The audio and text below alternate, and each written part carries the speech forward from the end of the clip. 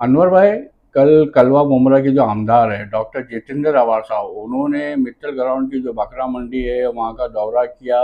और दौरे के दौरान उन्होंने मीडिया से बात करते हुए कहा कि मुमरा कौसा के अंदर इसके अलावा जितनी भी बकरा मंडी लगी हुई है वो सरकारी ज़मीन के ऊपर लगी, उनको पुलिस को उसको परमिशन नहीं देना चाहिए। उन्होंने पुलिस प्रशासन पे भी सवाल उठाए और साथ ही साथ सलाटर हाउस का भी उन्होंने कल किस्मत कॉलोनी में उद्घाटन किया। हालांकि वो कई साल से ये बात करते चले आ रहे हैं कि वो सलाटर हाउस बना के देंगे, लेकिन 16 साल हो गए अभी तक का उन्होंने सलाटर हाउस बना के तो नहीं दिया, लेकिन किस्मत कॉलोनी में इस सलाटर हाउस का उद्घाटन ज़रूर कर दिया। तो क्या कहना चाहोगे इन सारे मामलों को लेके? अस्सलाम वालेकुम मोइन भाई। आप मेरी न्यूज़ कवर कर रहे हैं, इसके लिए आपका शुक्रिया। मोइन भाई, देखिए, जो बकरा मंडी होती है ये सरकारी ज़मीन पे ही होती है। अब वो अवार साहब की नाकामयाबी है जो मुमरा के अंदर चौथी बार आमदार बनने के बाद में एक सरकारी बकरा मंडी नहीं बन पाया। मैं तुमको उसकी मिसाल देता हूँ। जो मानकुर्द के अंदर, गोवंडी के अंदर जो है बकरा मंडी है, वो किसकी जगह है? बीएमसी की जगह पे है ना। देवनार बकरा मंडी की बात कर रहा हूँ मैं जी। तो वो किसकी जमीन पे है? सरकारी है ना, बीएमसी की जगह पे। तो बीएमसी को ही करके देना है प्रोवाइड। मगर उनकी नाकामयाबी है कि उन्होंने मुमरा के अंदर कोई जगह ऐसी रखी नहीं कि वहां पे बकरा मंडी सरकारी बने और सरकारी उसके हिसाब से वो सब चले। ये उन्होंने क्या किया, आज से 13-14 साल पहले, ये जो बोल रहे 17 साल पहले, इनको आके यहाँ पे साढ़े 16 साल हो गए और उसके 1-2 साल के बाद में इन्होंने बकरा मंडी चालू की। तो वो इसलिए किए थे कि उनके चेले चपाटे के काम हो बने। तो अब उनको ये दिक्कत ये हो गई है कि वो बकरा मंडी हो गई है उनकी फेल। और उन्होंने सरकारी जमीन की बात करी तो मैं आपको बताता हूँ, वाई जंक्शन के नीचे जो बकरा मंडी है, ये उनका जिक्र कर रहे थे। मैं ये आपको बोल रहा हूँ कि आपको 16 साल हो गए, 16 साल और 10-11 साल से आप जो बोल रहे स्लाटर हाउस, वो कहाँ है स्लाटर हाउस? स्लाटर हाउस की जगह पे आपने कब्रस्तान बना दिया। गर्ल्स हॉस्टल था, उसके बाजू में वो सिया और सुन्नी कब्रस्तान बना दिया, दोनों चीज को गुल कर दिए। अब वो स्लाटर हाउस है कहाँ पे और कब बनेगा? जो आमदार की चौथी बारी रहे और उसके अंदर स्लाटर हाउस अगर नहीं आ सकता है, फिर उसके अंदर पुलिस प्रशासन आए दिन, हमारे मुल्क के कायदे कानून बदली हो रहे। अगर स्लाटर हाउस रहते तो आज जो हमारे यहाँ के कमिश्नर ने जो आदेश पारित किया और जो प्रेस कॉन्फ्रेंस लेके बताया कि बाबा तुम सोसाइटी में नहीं तुम कर सकते, ये नहीं कर सकते।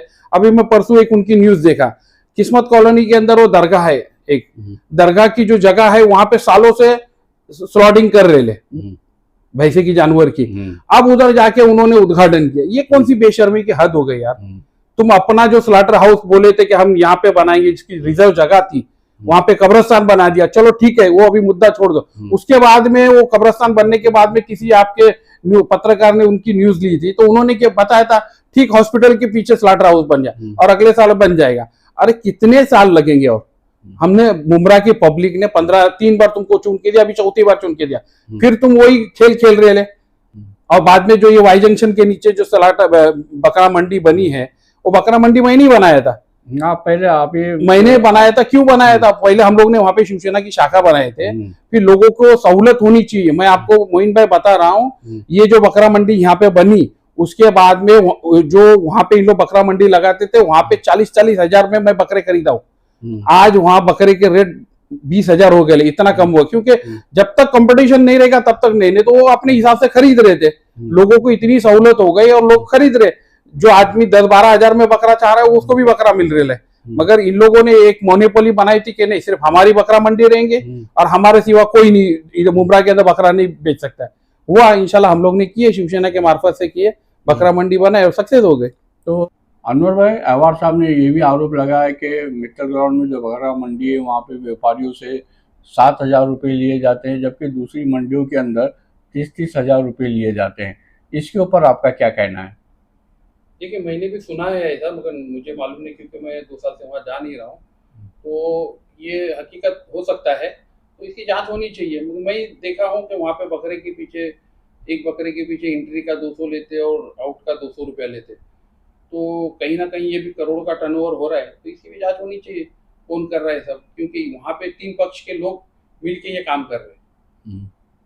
उद्धव गट के भी है उसमें, हमारे शिवसेना के 1-2 लोग हैं और उसके बाद में राष्ट्रवादी के भी है, तो पता करना चाहिए।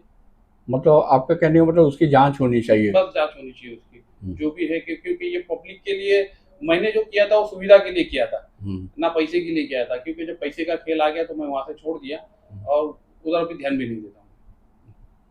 ये जो कौसा वाई जंक्शन पे अनवर में बकरा मंडी लगी थी, इसके मतलब शुरुआत तो आपने किए थे ना? हाँ, मैंने किया है ना? था। हाँ, तो लेकिन अभी तो वहाँ पे दूसरे ही लोग नजर आते हैं उस बकरा मंडी का मतलब संचालन करते हुए। अभी वो ऐसा हो गया है कि मैंने लोगों की सहूलत के लिए वहां पे चालू किया था कि लोगों के, मगर अब ऐसा हो गया कि वहां पे बोर्ड तो शिवसेना का लगा हुआ है, मगर वहां उद्धव गट वाले भी उसके साथ में आ गए, और उसके बाद में राष्ट्रवादी वाले भी है उसमें, सब मिला के वहां पे अभी वो बिजनेस हो गया है। तो जब वहां पे बिजनेस हो गया तो मैं वहां से हट गया, और वो मेरे को पसंद नहीं है वो चीज।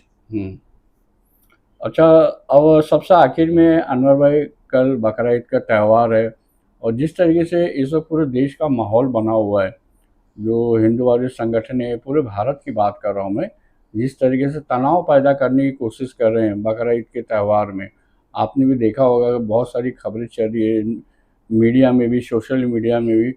तो एक तनाव भरा माहौल बनाने की कोशिश की जा रही है। ऐसे तनाव भरे माहौल में आप मुमरा कौसा और देश की जनता को मतलब क्या मैसेज देना चाहिए बकरा ईद के अवसर पे?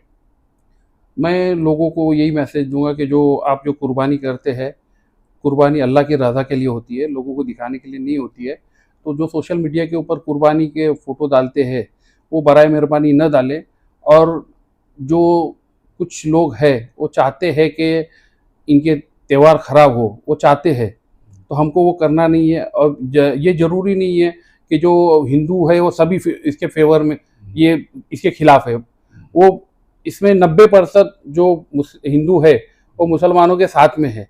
ये सिर्फ 10% कुछ लोग हैं जो वो मीडिया के ऊपर बोल बोल के तनाव बना रहे, और जो मन में आ रहे अनप शनप बोल रहे। तो उनके ऊपर देखो, मुसलमानों के पिछले 10-12 साल से देख रहे आप, मुसलमान के खिलाफ आए दिन कुछ ना कुछ उगल रहे। तो हमको अपना काम करना है, उनको जो कर रहे हैं उसको करना है। और मोइन भाई, आपके चैनल के थ्रू मैं तमाम अहले सुन्नत मुसलमानों को, देशवासियों को ईद उल अज़हा की मुबारकबाद देता हूँ। अस्सलाम वालेकुम।